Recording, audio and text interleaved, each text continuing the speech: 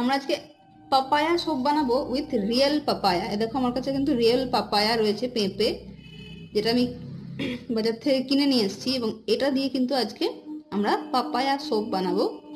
তো আমি প্রথমে পেঁপেটাকে দেখো খোলাটাকে ছাড়িয়ে নিচ্ছি এবং এটাকে টুকরো টুকরো করে নেব। তো বন্ধুরা, পাপায়াটাকে দেখো আমি দু টুকরো করে নিয়েছি। বীজগুলো দেখো খুব সুন্দরভাবে, বীজগুলো আমি এবার এখান থেকে ছাড়িয়ে নেব। ঠিক আছে, তো হাত দিয়ে দিয়ে বীজগুলোকে আমি এখান থেকে আলাদা করে দিচ্ছি, তারপর এটাকে টুকরো টুকরো করে কেটে নেব।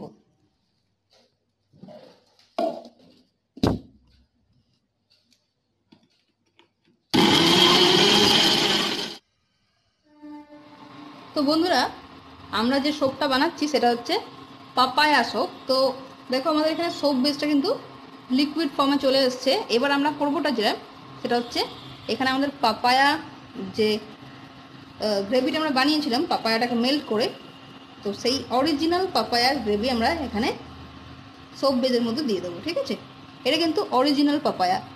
ওকে, তো এর মধ্যে দিয়ে দিচ্ছি আমরা।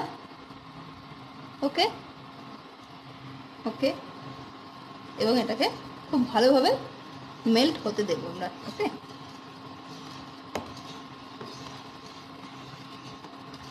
যতক্ষণ না মেল্ট হচ্ছে এটা এইভাবে তোমাদেরকে নাড়তে হবে, যাতে করে নিচে লেগে না যায় বা পাপায়াটা ভালোভাবে মেল্ট হয়ে যায়।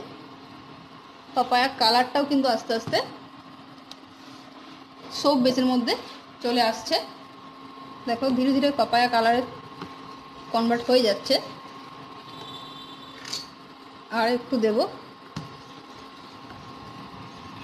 তো দেখো এখানে আমাদের পাপায়া যে সোপ, সেটা কিন্তু লিকুইডটার সঙ্গে পুরোপুরি গুলে গেছে।